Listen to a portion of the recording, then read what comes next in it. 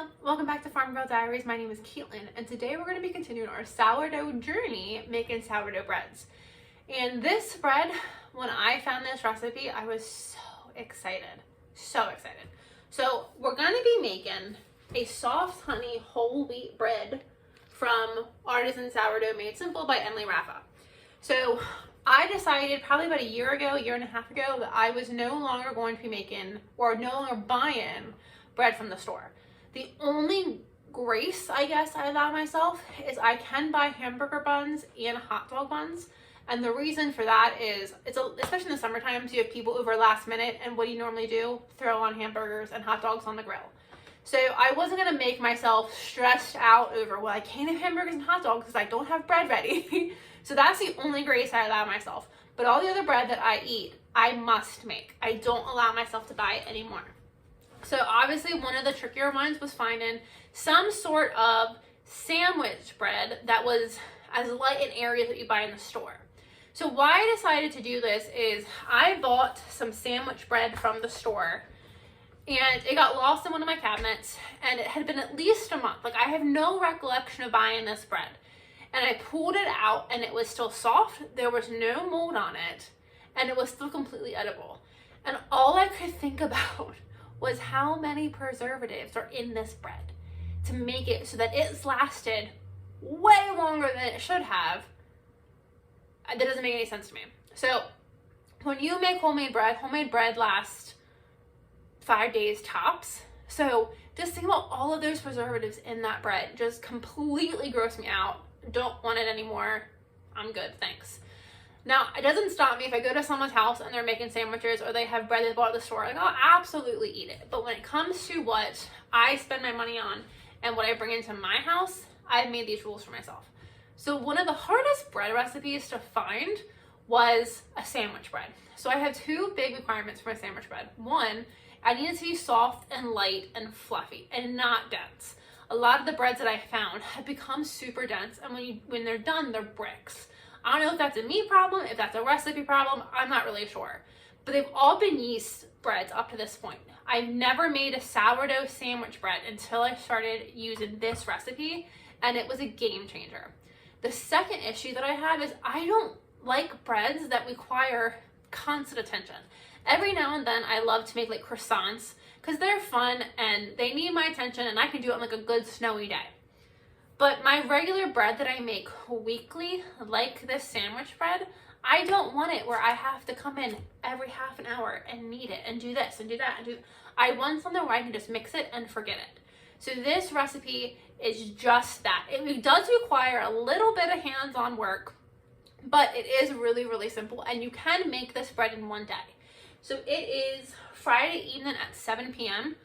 I'm going to be making this bread. So how this recipe goes is I'm going to mix up the ingredients now, let it sit for 45 minutes to an hour, come back, shape it into a ball, put it on my heat mat, and let it rise overnight, 6 to 8 hours overnight. I'm going to come back, and in the morning, I'm just going to roll it out, put it into its loaf pan, and let it rise for an hour to 2 hours until it rises the height that I want, and then I bake it for 45 minutes.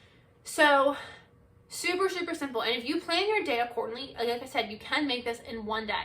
Get up early, make it before you go to work, 45 minutes, like come down right in the beginning of your day, before you get dressed, make it, go up, get dressed, do your hair and makeup, come back down, shape into a quick ball, go to work, come home, as soon as you get home, put it in its loaf pan, put it on your heat mat, let it rise, and then bake.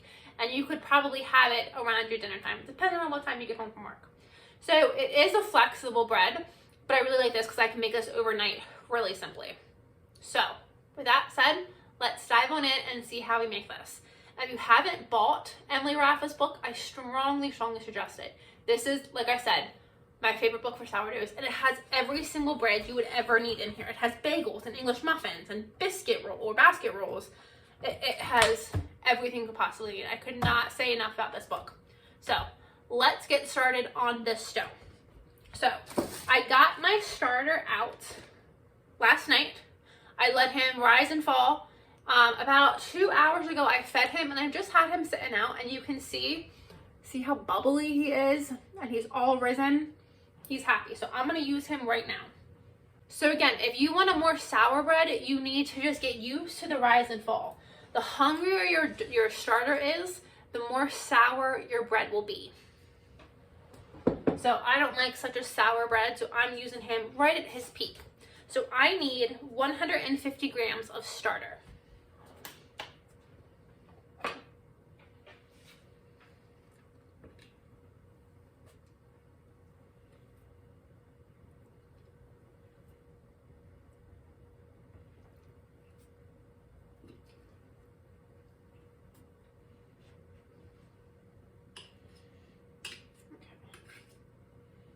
So bubbly and active. Now, I'm not planning on using him again, so I'm going to put the baggie on him. I know he's happy, he's hungry, he has fallen now that he's right around here right now, now that I popped his big bubble, but I'm going to put him in the fridge. So I do have a little bit more. I have 162 grams of starter in here, but that'll be just fine. Next, we need 270 grams of milk. Way more. So I added 270 grams of milk. Now we're going to add 30 grams of water, of warm water. Like always. Did too much. Just get a little bit of that out. Okay. Then I need 40 grams of honey.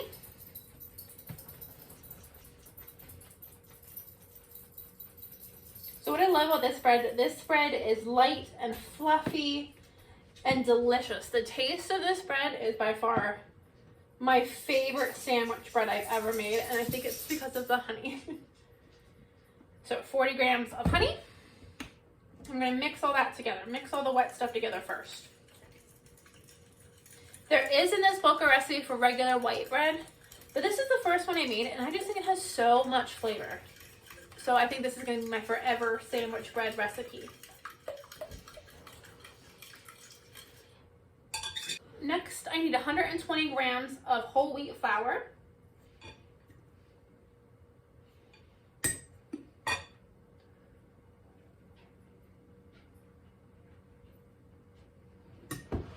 And 360 grams of, it calls for bread flour, I just use regular flour.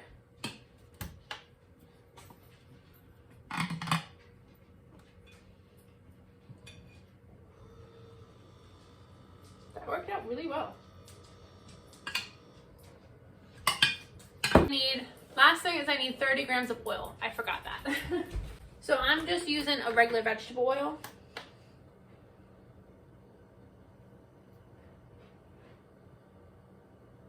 There we go. And then 9 grams of salt.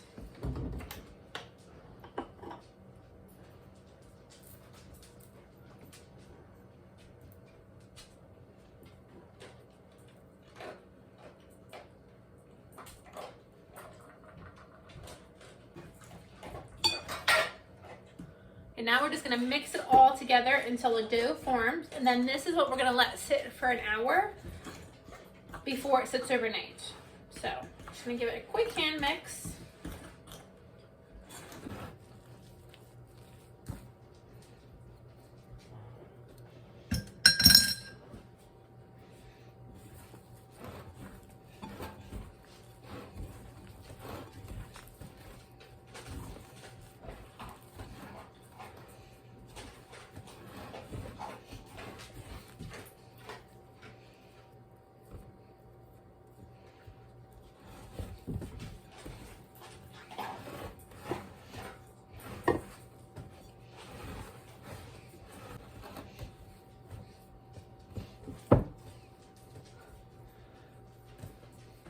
Okay, so I got this all mixed together. So now I'm just going to put a damp towel over it and just put it on my heat mat and let it rise for an hour. And I'll be back around 8 o'clock and we'll knead it into a final ball and then he'll be ready to sit overnight. So what I've also decided to do is tomorrow is supposed to be a snowy day. It is March 12th, I think, and they're calling for snow. We've had like 7-degree temperatures and now they're calling for snow again, and I am not about it. So I've decided I'm going to do one last soup hurrah. I'm somebody who I really only like soup in the wintertime. When it's hot outside, I don't want to eat something hot. So I think I'm gonna make my tomato pepperjack soup that's gonna go along with this, and I'll make some grilled cheese for my lunch tomorrow. So I think you guys might get an extra recipe out of me because we gotta show you how we use the bread, right? And grilled cheeses are some of my favorite things to play with and to doctor and to make super delicious. So stay tuned for that. I think I'm gonna include that in this video. But we'll be back in an hour. Okay, it has been an hour. So all I wanna do now is just kind of form it up into a little dough ball. And if you remember when I was kneading it, it was a really wet dough and I was getting it all over my hands. It was really sticky. And allowing it to sit just for a little bit kind of help that gluten form up. So it's not as sticky now. And that's exactly what we want. All I did was form it into a little dough ball. Back on my heat mat with my wet towel. And that's it. We'll be back in 6 to 8 hours. Well, whenever I wake up in the morning to do the next step. Good morning, I'm back. It is later than I expected it to be. It's 8 a.m. and we're gonna get checking on our bread here, but it is snowing and I'm not happy about it. I hoped if I just didn't acknowledge the snow, it wouldn't happen, but it is here. So it's a good day to be making bread. I did say I like to make bread when it snows, so we again timed it perfectly. But let me bring you down here or check on our dough and we'll get ready for the next step. Okay. He has nice and doubled. He was just a little ball and put him in there. He's nice and doubled. So now I'm just gonna find my workspace.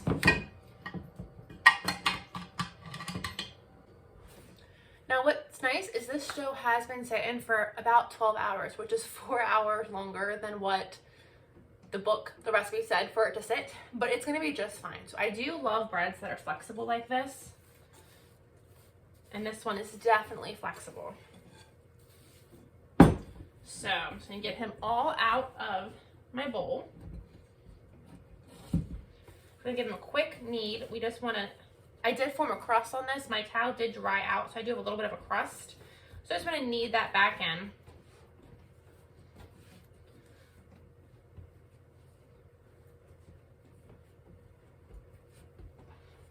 Okay.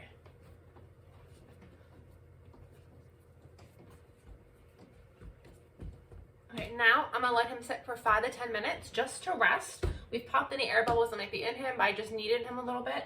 So I'm just gonna let him rest, and in 5 to 10 minutes, we're gonna put him in our greased loaf pan. So I'm just gonna use some olive oil spray to grease this guy, and then we're gonna put him in here, and he's gonna rest for 1 to 2 hours, or until we get the height that we want.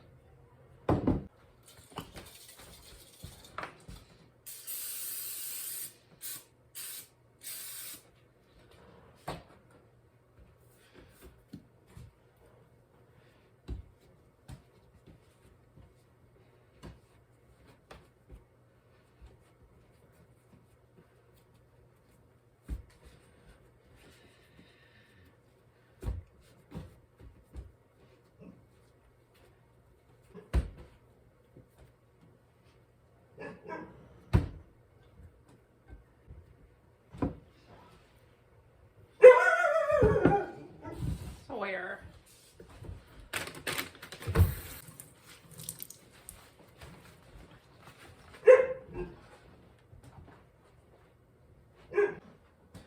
Okay, it has been about 3 hours since I let this guy sit, and I could let him go longer, but I'm getting ready for lunch and I'm hungry, so I'm gonna bake him now. He's not risen as much as I would have liked him to, but like I said, I'm hungry, so I'm gonna go ahead and we're just gonna bake him now. So I let him sit and rise for about 2 to 3 hours, and I'm gonna put him in an oven. It is 375 for 40 to 45 minutes. Next, to go with our bread, we're gonna make my tomato pepperjack soup. So I'm in Pennsylvania, and I think it's just maybe Pennsylvania and Maryland, but if it's other places, let me know. But we have a restaurant called Isaac's, and it's a sandwich and soup place, and it's really good, but they have this delicious pepperjack soup. And it's tomato sauce, it's tomato soup with peppers, roasted tomatoes in it, and it is delicious.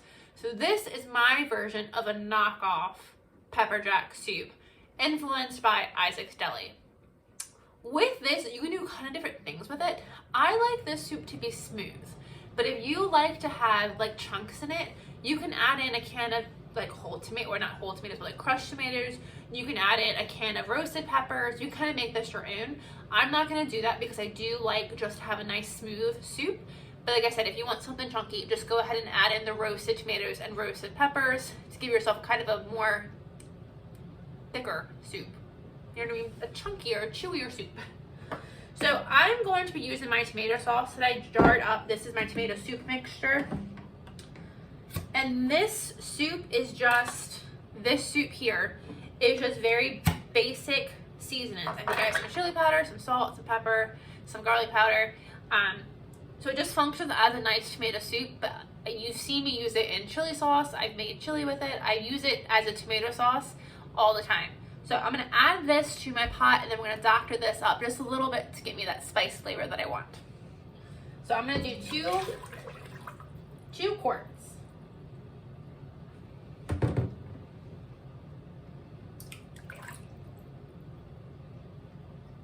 Okay, oops. Okay, next, just to this, I'm just gonna add some milk. And the milk just really helps thin out the soup a little bit. Makes it kind of like a creamier soup. So I just used, I don't have fresh milk in the house. I don't eat a lot of fresh or drink a lot of fresh milk, so I always buy evaporated milk, and that way it's pantry stable. I can just open a can whenever I want some. So I needed a little bit extra milk for this bread that we made last night, so I had to open a can. So I thought, no problem, I'll just throw the rest of the can into my soup. So now to this, I'm going to put this on the stove and bring this up to temperature, and then we're going to add in the ingredients that'll make it that spicy pepper jack that we love.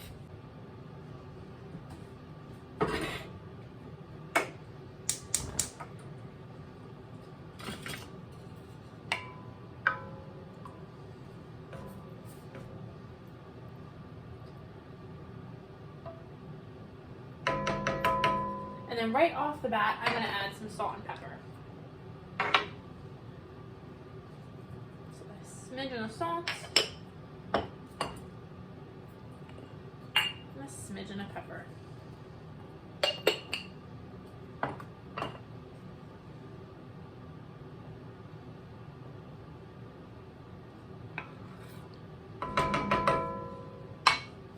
Now we're gonna let that heat up. Now I'm gonna add an 8-ounce block of shredded Pepperjack cheese. And shredded Pepperjack is just, I think, a mozzarella cheese with jalapenos in it, and it is a great source of heat. And so this is going to be the biggest level of heat that we're going to add to this soup. If you are somebody that likes a lot of spicy, you could absolutely dice in some chopped jalapenos. You could add in some of our cowboy candy. You could add more heat to this. We're going to add a little bit more, but I just want to get this cheese going. I'm just going to do like a pinch and a half of my crushed red pepper flakes, and stir that all together. Next, if you watch me at all, I love Worcestershire sauce, so we're gonna add in some Worcestershire sauce. You actually do need it. I'm not just adding this because I like it. You do need it. It balances out the tomato acidity a little bit, so I just did a splash and a half. Love my measurements. Next, I'm gonna add in a 8-ounce chopped up cube or chopped up block of cream cheese, and this is really going to help with the creaminess. Okay, for a little bit more heat, I'm going to add a splash of my Tabasco sauce that I made over the summer, and then to help counterbalance a little bit of the heat and the acidity from the tomatoes, we're going to add in just a pinch and a half of sugar. And this is not brown sugar, this is white sugar. This is the just raw sugar. Okay, now we're going to give this a stir until it all gets melted together. And then we'll taste it for our heat level, for our creaminess. We'll give it a taste and see if we need to modify it then. But this is going to be pretty good.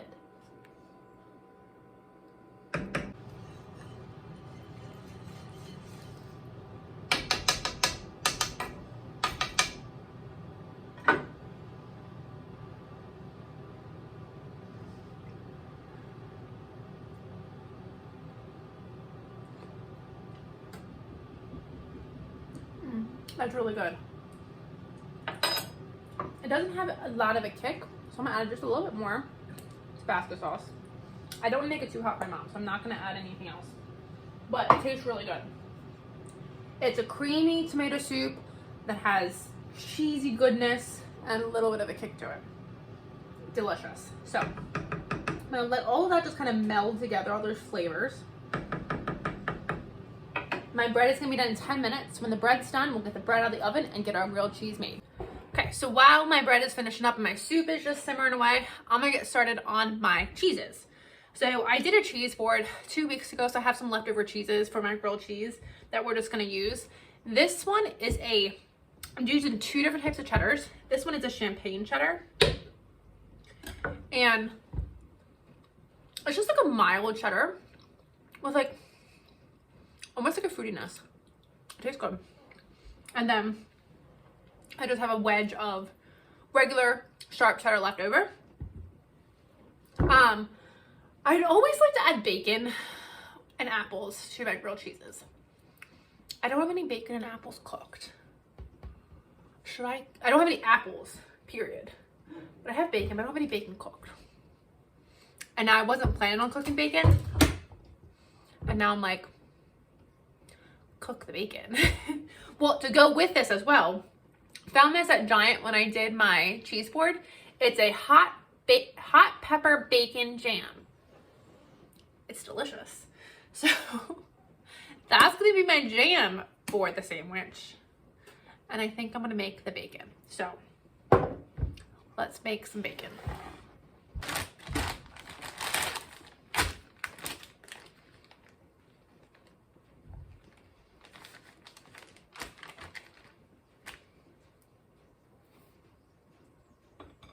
I'm just gonna do this in the microwave. I prefer to bake my bacon. That takes about 20 minutes and I don't have 20 minutes. So I'm just gonna put this in the microwave for a couple of minutes. Next, I'm just gonna slice up my cheeses because we're just going to shred them kind of onto our sandwich. So let me take my rind off. I'm just gonna chop it up into small pieces. I could shred it, but I just put my shredder in the dishwasher. So we're just gonna cut it up and it'll be just fine.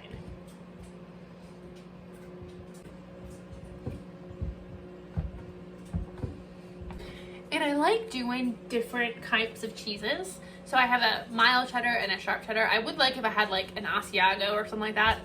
But I do like doing different types of cheeses because I think it just gives you such a different type of flavor. And I really like that. This bread should obviously rest, but it is 12 o'clock and I'm hungry for lunch. So I'm going to make him into a grilled cheese now. But the exciting thing is you get to see what it looks like immediately. So let's cut him open and see what he looks like.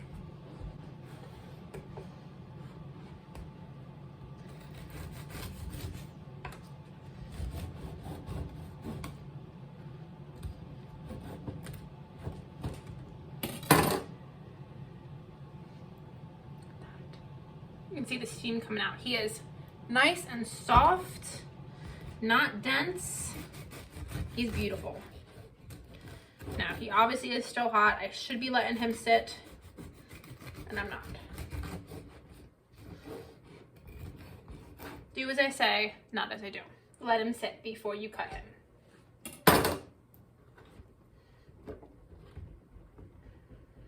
Okay. That one's like I have like one really thick piece and then one thin piece. How'd that get so thick at the end? Okay, well, whatever. We're gonna use it. So, I'm gonna start with my bacon jam. I'm gonna put, I have some left over here. I put this on both sides of my bread. So now I'm just gonna put the bacon jam on both sides of the bread, and now I'm just gonna pile up the cheeses. Get it all nice and piled up. We want a really nice cheesy grilled cheese. Okay. And last, we're gonna take our bacon.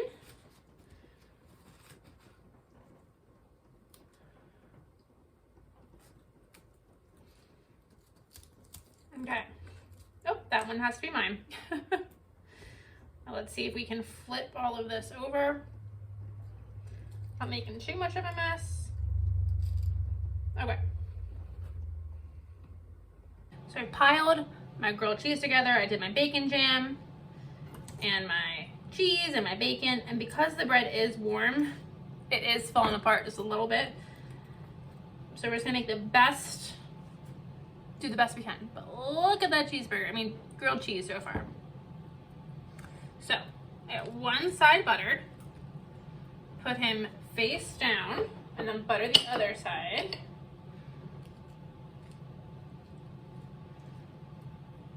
And we're gonna put him on the stove with a panini press and some foil to lock in that heat.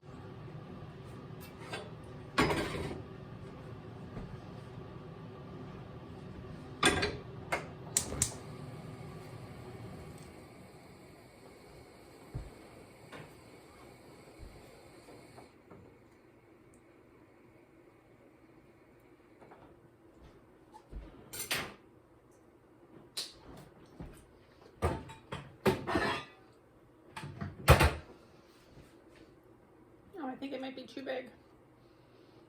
But at least this like traps in all the heat then. And just let it sit.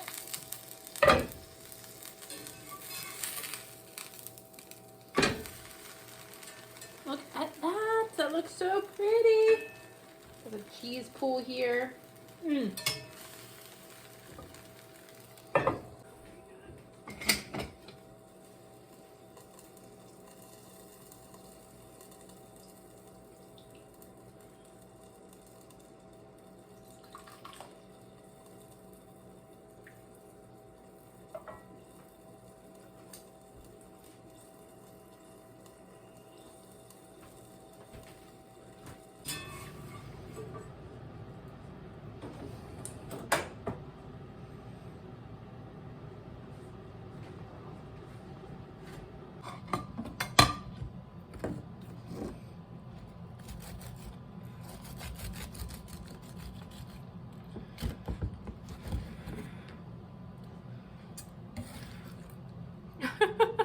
Could be a little more melty, but I think it'll still be delicious. Just not as melty as I thought it would be. Okay, that's all I got for this video. I'm gonna go enjoy my lunch. I hope you guys like this bread. It is a very gorgeous, very delicious, very light, fluffy bread. I highly recommend you give it a try. If you do, make sure you tag me in your videos or in your posts, and I'd love to see them. Until next time.